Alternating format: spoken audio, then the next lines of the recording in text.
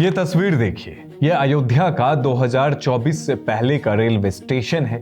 ये अयोध्या शहर की तस्वीर है और आप जो देख रहे हैं वो प्रभु रामलला का मंदिर है। शायद आप में से कई लोग रील वाली जनरेशन से हो जिन्हें अयोध्या कुछ ऐसा दिखता हो, लेकिन हमेशा से कहानी ऐसी नहीं थी।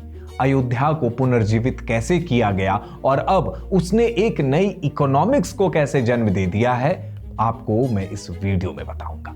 आमतौर पर जब आप IIM वगैरह के रिसर्च पेपर की बात सुनते होंगे तो दिमाग में आता होगा कि कुछ बोरिंग सा लिखा गया होगा, लेकिन IIM लखनऊ की एक रिसेंट स्टडी ने बताया है कि कैसे अयोध्या में राम मंदिर का निर्माण इकोनॉमी के लिए नया सवेरा लाई है। इस स्टडी का नाम है अयोध्या का आर्थिक पुनर्जागरण, श्री राम मंदिर पर एक केस स्टडी।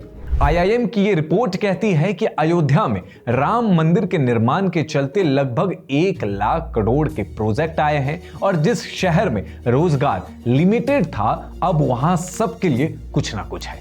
IIM की स्टडी कहती है कि अयोध्या में 2021 से पहले सिर्फ 20 होटल थे, आज उनका नंबर 200 है। और इसी तरह जहां 200 रेस्टोरेंट थे, अब वो 2000 हो चुके हैं। स्ट्रीट वेंडर्स का नंबर जहां सिर्फ 500 था, अब वो बढ़कर 2000 हो चुका है। पब्लिक ट्रांसपोर्ट तो एकदम बदल गया है। पहले ई रिक्शा का नंबर जहां 500 था, वो 17000 हो चुका है। समझ रहे हैं आप, 34 टाइम्स इंक्रीज। और इस पूरी एक्टिविटी से 1 लाख से ज्यादा नौकरियां पैदा हुई है। ऐसा नहीं है कि सिर्फ ये नंबर्स बढ़ रहे हैं, बल्कि लोगों की कमाई भी बढ़ रही है।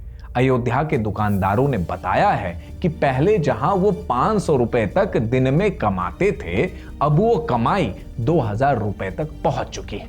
लेकिन ये सब ऐसे ही नहीं हो रहा। इसके लिए केंद्र और राज्य सरकार ने यहां सिर्फ बेसिक इंफ्रा को ठीक नहीं किया है, बल्कि उस इंफ्रा को वर्ल्ड क्लास बनाया है। सोचिए, जिस शहर में स्टेशन इस हालात में थे, वहां आज एयरपोर्ट बन चुका है।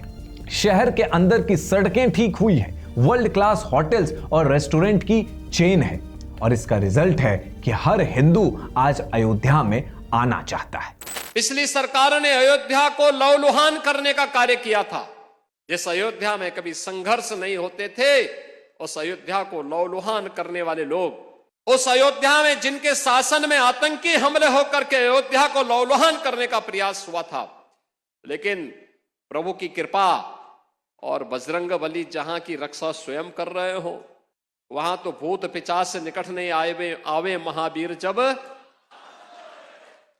IIM लखनऊ की रिपोर्ट में बताया गया है कि जनवरी से सितंबर 2024 के बीच अयोध्या में 13.77 करोड़ श्रद्धालु पहुंचे थे और यह नंबर साल के खत्म होते होते लगभग 16 करोड़ होने का अनुमान था। इसी तरह साल 2025 में जनवरी से लेकर जून तक 23 करोड़ श्रद्धालु पहुंचे और दिसंबर 2025 तक यही संख्या 50 करोड़ तक पहुंचने का अनुमान था। सोचिए, यूपी के बीच में स्थित एक सिटी को एक मंदिर ने इतना बड़ा बना दिया है कि वहां साल भर करोड़ों लोग पहुंच रहे हैं। और इस चेंज ने मक्का और वेटिकन को भी पीछे छोड़ दिया। मैंने आपको सारा डाटा बताया, जिससे आप समझ गए होंगे कि अयोध्या में क्या बदला और इसका बदलाव का क्या फर्क पड़ा। अब समझिए कि यह सिर्फ एक मंदिर का वापस आगमन नहीं है और अयोध्या का फिर से जीवित होना नहीं है। ये उन वामपंथियों के मुंह पर तमाचा है जो मंदिर जाने वालों को बेरोजगार बताते हैं, जो श्री राम की भूमि पर अस्पताल स्कूल बनाने टाइप आर्गुमेंट देते थे। वो सिर्फ सनातन की बात करते हैं। उन्होंने मंदिर दिया कहां? यूपी में। उससे कितने लोगों को रोजगार मिल गया? उन्होंने मंदिर कहां दिया? बनारस में।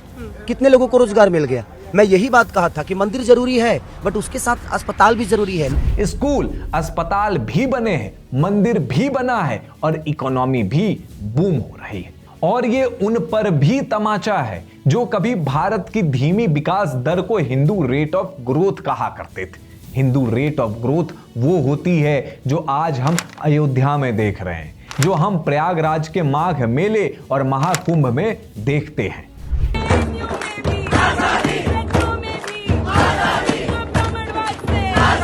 आशा है कि दिन भर संस्थानों में डपली बजाने वाले वामपंथी कुछ पढ़ने लिखने की तरफ ध्यान देंगे और इस स्टडी के कुछ पन्ने पढ़ेंगे, ताकि उन्हें पता चले कि हिंदू मंदिर बनाना भी जानते हैं, अपनी इकोनॉमी भी मजबूत करना जानते हैं और स्कूल अस्पताल बनाना भी जानते हैं। देखते रहिए ओप इंडिया।